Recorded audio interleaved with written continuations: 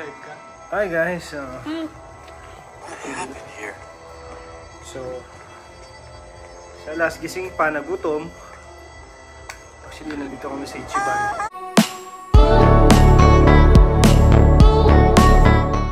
Isang masaya na movie night ang ipinrepair ni Kylie Padilla para sa dalawa niyang anak. Pinapanood nga nila ang kanilang childhood favorite movie ni Aljur at ito ang Jurassic Park.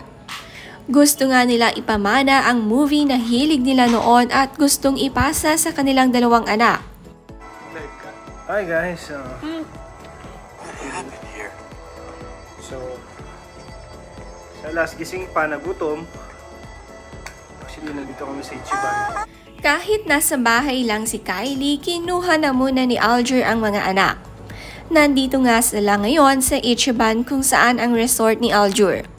Gabing-gabi na nga si Alas ay gising pa at nanonood din ng movie kasama si Aljur at ang tito niya na si Tito Allen. Napaka-sweet nga nila. Pinapanood nila ang dinosaurs na hilig ngayon ni Alas. Na kay Kylie o Aljur man, iisa lang ang kanilang pinapanood sa anak. Sinusubukan pa ito si Ali.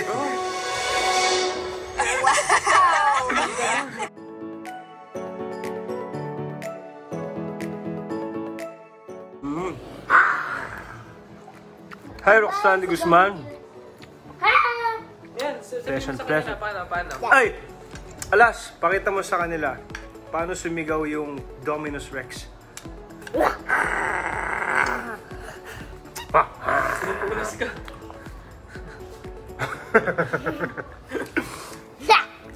Si Alas. Hindi, si T-Rex muna. Paano sumigaw yung T-Rex?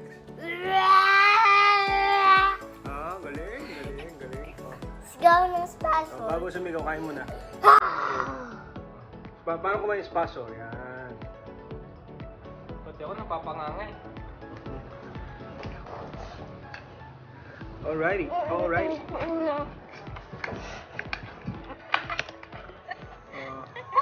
Habang nanonood, kumakain din sila ng spaghetti. Busy man si Aljur, may oras pa rin siyang alagaan ng anak at isa pa nga si Tito Allen na super close kay Alas.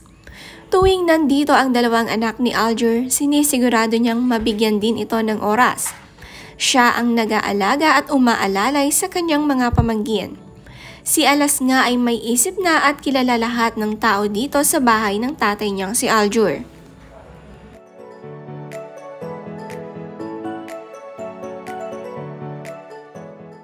Makikitang maganda pa rin ang pagsasamahan ni na Kylie at Aljur.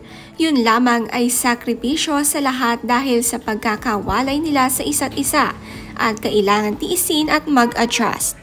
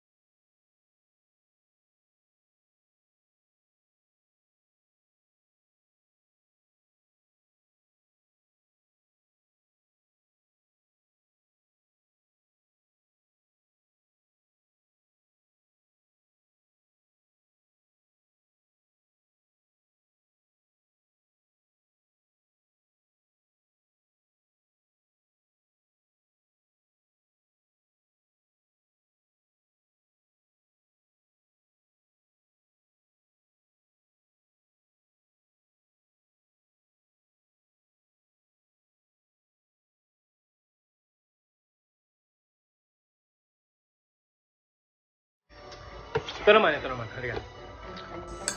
Di ba sumigaw ni Spinosaurus? Where would I be? Pati yung T-Rex?